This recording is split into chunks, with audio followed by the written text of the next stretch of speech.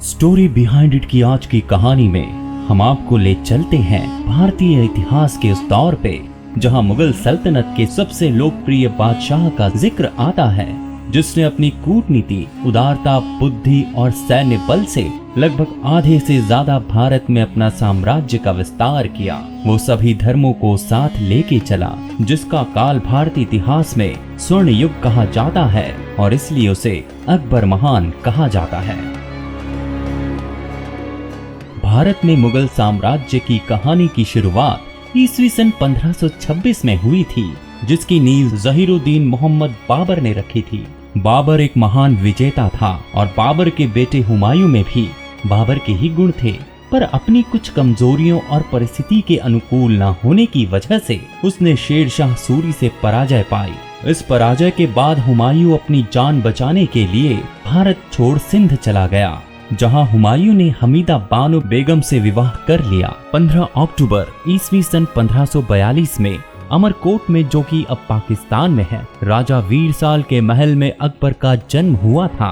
राजा वीरसाल एक राजपूत थे। अकबर के वंशज बहुत ही शक्तिशाली लड़ाके और राजा थे। उनके पिता की ओर से उन्हें तैमूर और बाबर के गुण विरासत में प्राप्त थे और दूसरी तरफ अकबर की माता चंगेज खां की वंशज थीं। तो स्वाभाविक था कि अकबर की नसों में एशिया की दो प्रसिद्ध जातियों तुर्क और मंगोल का रक्त बह रहा था, जो कि उन्हें जन्म से ही बहुत महत्वाकांक्षी, बुद्धिमान और बहादुर राजा बनाने के लिए काफी था। इतिहासकारों के अनुसार अकबर के जन्म के समय हुमायूं की परिस्थिति बहुत खराब थी, क्योंकि हुमायूं को दिल्ली में शेरशाह सूरी से हारने के बाद अपनी जान बचाने के लिए भारत छोड़ना पड़ा था। उसके पास पुत्र अकबर के जन्म होने की खुशी में अपने साथियों को उपहार देने के लिए कुछ भी न था। उसे इस बात का बहुत अफसोस और दुख हुआ। उसके पास रखी एक कस्तूरी को उसने अपने सरदारों में बांटा और कहा कि आप सब दुआ करें कि मेरे पुत्र का यश और कीर्ति इस कस्तूरी की तरह चारों तरफ फैले। और ऐसा हुआ भी। अकबर का बचपन अपने माता पिता के साथ न बीत कर उसकी दादी के संरक्षण में अस्करी नाम की महिला जोहर शमसुद्दीन और जीजे अंगा नाम की महिला की देखरेख में कंधार में बीता। अकबर का मन पढ़ाई में नहीं लगता था, लेकिन उसकी स्मरण शक्ति बहुत तेज थी। अकबर सुनकर ही बातों को याद रख लेता था, लेकिन दूसरी कलाएं जैसे कि तलवारबाजी, घुड़सवारी, कुश्ती जैसी युद्ध कलाएं उसने सीख ली थी। उधर 1555 में हुमायूं ने दिल्ली सिकंदर शाह से पुनः फतह कर ली थी। उस समय अकबर 13 वर्ष के थे, लेकिन दुर्भाग्य देखिए, हुमायूं अफीम का नशा करते थे, जिस वजह से एक दिन अफीम के नशे में लाइब्रेरी की सीढ़ियों से उतरते वक्त गिरने से उनकी मृत्यु हो गई। ऐसा इतिहासकार बताते हैं। उस समय अकबर महज 14 वर्ष के थे। हुमायूं की मृत्यु की सूचना मिलते ही बहरम खां, जो कि अकबर का संरक्षक था, उसने कुछ समय के लिए ये खबर सबसे छुपा कर रखी और अकबर को उत्तराधिकारी बनने के लिए तैयार किया। 14 फरवरी 1556 के रोज कलनौर पंजाब में अकबर का राज तिलक किया गया। राज तिलक के बाद भी अकबर को पंजाब में ही रखा गया था। हुमायूं की मृत्यु के बाद दरबारियों को बगावत का डर था, जो कि कहीं ना कहीं सही भी था, और जिसका डर था वही हुआ। हुमायूं की मृत्यु के बाद उसके राज्य में बगावतें शुरू हो गई थीं। तभी बैरम खान ने अकबर को सुल्तान घोषित कर दिया और यहाँ से शुरुआत होती है अकबर के शासनकाल की। वहीं दूसरी ओर उत्तर प्रदेश और बिहार में राज कर रहे आदिल शाह ने अपने सेनापति हेमू विक्रमादित्य को दिल्ली युद्ध के लिए भेजा। 5 नवंबर 1956 ईस्वी में मुगल सेना और हेमू का आमना सामना हुआ, जिसे पानीपत का दूसरा युद्ध कहते हैं। हेमू एक ऐसा योद्धा था जिसने अपने जीवन काल में कुल 24 लड़ाइयां लड़ी और 22 में वो सफल रहा। 5 नवंबर 1556 ईस्वी में मुगल सेना और हेमू का आमना सामना होता है, जिसमें मुगल सेना हेमू से बुरी तरह हारने लगती है। हेमू युद्ध जीतने वाला ही होता है कि तभी युद्ध भूमि में एक तीर सीधा हेमू की आंख में आके घुस जाता है। उसके युद्ध भूमि में गिरते ही अफगान सेना भाग खड़ी हुई और युद्ध का फैसला मुगलों के पक्ष में चला गया, जो कि पूरी तरह हेमू की तरफ झुका हुआ था। इसे भाग्य की विडंबना ही समझनी चाहिए कि कैसे सिर्फ एक तीर से यहाँ पूरी कहानी ही बदल जाती है। हेमू को कोई अवसर दिए बगैर उसका वध कर दिया गया था। और इस प्रकार इस युद्ध का अविश्वसनीय अंत हुआ। इतिहासकार डॉक्टर R.P. त्रिपाठी ने लिखा है कि हेमू की हार मात्र एक दुर्घटना थी और अकबर की विजय एक दैवीय संयोग। अगर वो तीर ना लगा होता तो दिल्ली में हेमू हिंदू राजा विक्रमादित्य का राज होता। अकबर का शासन अब धीरे धीरे और भी मजबूत होने लगा था, लेकिन उसकी उम्र कम होने की वजह से सारे फैसले बैरम खां द्वारा ही लिए जा रहे थे। सारा नियंत्रण बैरम खां के हाथ में ही था। जब अकबर 17 या 18 साल के हुए तो उन्हें ये बात बिल्कुल भी पसंद नहीं आती थी कि बैरम खां अकबर के हर फैसले की अनदेखी कर अपनी मर्जी चलाता था। इस वजह से उन दोनों के बीच हर बात पे वाद विवाद और मतभेद होने लगे थे, जिसके चलते अकबर ने बैरम खां से सारे अधिकार छीन लिए और सत्ता का सारा नियंत्रण अपने हाथों में ले लिया और अब अकबर सही मायने में शासन कर रहा था। बैरम खान ने इस बात का विरोध भी किया और अपने सैनिकों के साथ मिलकर युद्ध भी किया, लेकिन जल्द ही उसने अकबर के आगे घुटने टेक दिए। अकबर ने उसे मारा नहीं बल्कि माफ कर दिया और बहुत सा धन देकर उसे बाकी का जीवन आराम से गुजारने को कहा।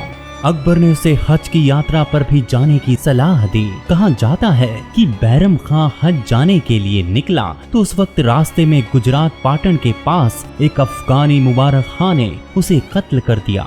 इस तरह बैरम खां की कहानी का अंत होता है, जो कि अकबर के जीवन का एक अहम हिस्सा था। कुछ समय बाद अकबर ने बैरम खां की पत्नी सलीमा बेगम से ही शादी कर ली और उसके पुत्र अब्दुल रहीम को आगे जाके अपने नवरत्नों में शामिल कर लिया और यही अब्दुल रहीम महान कृष्ण भक्त रहीम हुए।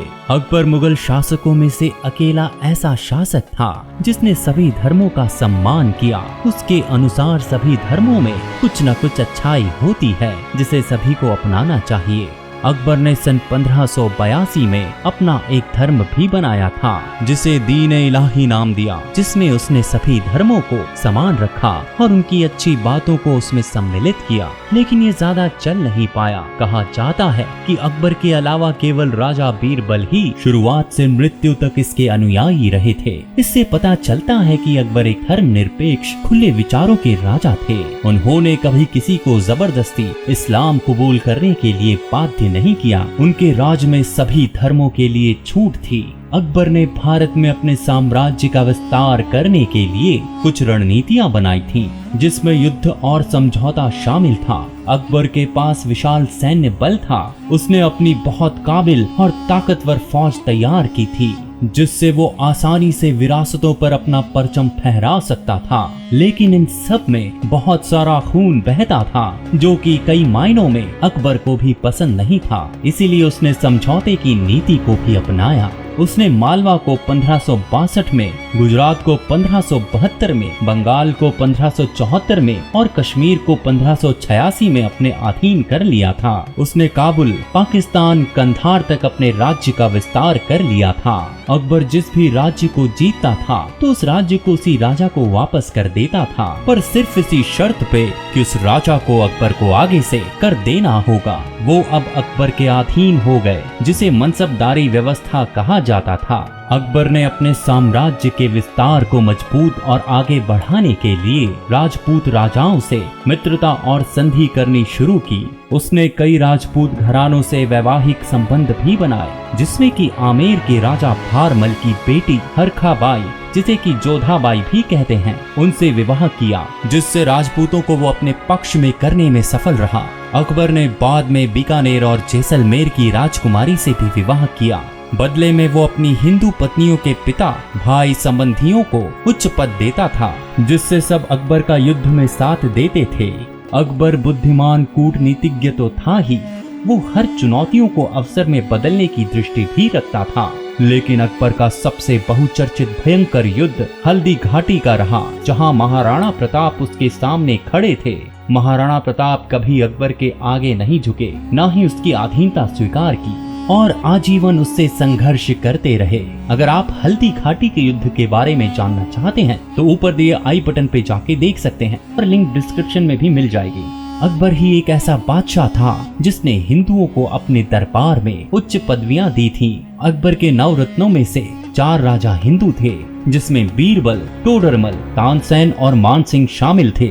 और बाकी के अबुल फजल, फैजी, अब्दुल रहीम खाने खाना, फकीर अजीउद्दीन, मुल्ला दो प्याजा मिलाकर 9 रत्न बनते थे, जिससे समय समय पर अकबर सलाह लिया करते थे। हिंदुओं पर लगे जजिया कर को 1562 में अकबर ने हटा दिया। जजिया एक प्रकार का धार्मिक कर था जिसे मुस्लिम राज्य में रहने वाली गैर मुस्लिम जनता से वसूल किया जाता था, क्योंकि इस्लामिक राज्य में सिर्फ मुसलमानों को ही रहने की इजाजत थी। यदि इस धर्म के सिवाय कोई और रहेगा तो उसे धार्मिक कर देना होगा। इसे देने के बाद गैर मुस्लिम लोग इस्लामिक धर्म में अपने धर्म का पालन कर सकते थे। जजिया हटाने से हिंदू भगवान की पूरी रीति रिवाज से पूजा कर सकते थे। अकबर ये नहीं चाहता था कि मुगल साम्राज्य का केंद्र दिल्ली जैसे दूरस्थ शहर में हो, इसलिए उसने फैसला लिया कि मुगल साम्राज्य को फतेहपुर सिकरी ले जाया जाए, जो उसके साम्राज्य के मध्य में पड़ती थी। फतेहपुर सिकरी को अकबर के सपनों का नगर भी कहा जाता है, क्योंकि इसे अकबर ने पूरी लगन के साथ बनवाया था। फतेहपुर सिकरी से पहले मुगलों की राजधानी आगरा थी। शहर वीरान हो गया। अकबर को इसे छोड़ना पड़ा, जिसकी वजह पानी की कमी बताया जाता है, जिसके चलते ये भव्य शहर वीरान हो गया। दोस्तों, अकबर ने कई युद्ध लड़े, लेकिन वो स्वयं किसी युद्ध में लड़ने कम ही जाता था। बात 1567 की है। अकबर ने चित्तौड़ को चारों तरफ से घेर लिया और उसने ऐसी नाकाबंदी कर दी जिससे चित्तौड़ का पहाड़ से संपर्क ही टूट गया। उस समय चित्तौड़ में राणा उदय सिंह का राज था। अकबर 4 महीने तक किले को घेर के रखता है। राणा उदय सिंह अपने सेनापति की सलाह पे अपने परिवार के साथ चित्तौड़ छोड़ के चले जाते हैं। इसके बाद वहाँ की सभी स्त्रियां मुगल सेना के हाथों में आने से बचने के लिए जौहर कर लेती हैं। वो आग में कूदकर अपने प्राणों का बलिदान कर देती हैं। जब अकबर की सेना अंदर आती है तो बहुत निराश होती है। उनके हाथों कुछ न लगा। इससे गुस्से में आकर अकबर वहाँ पे सब लोगों को मारने का आदेश दे देता है। कहा जाता है कि 30,000 आम नागरिकों को उसकी सेना ने काट दिया, मार दिया। और इसी दिन इसी घटना ने महान अकबर का एक अलग ही रूप सामने लाया। उसके पूरे जीवन काल में इस कत्ले आम का दाग हमेशा के लिए उसके ऊपर लग गया। अकबर ने दक्षिण भारत में दक्कन के भाग को छोड़कर लगभग समस्त भारत पर विजय प्राप्त कर ली थी। ईस्वी सन 1585 में उसके सबसे करीबी सहायक बीरबल की अफगान विद्रोह के दौरान मृत्यु हो गई। इसके अलावा 1595 ईस्वी में अकबर के कवि दोस्त फैजी की भी मृत्यु हो गई।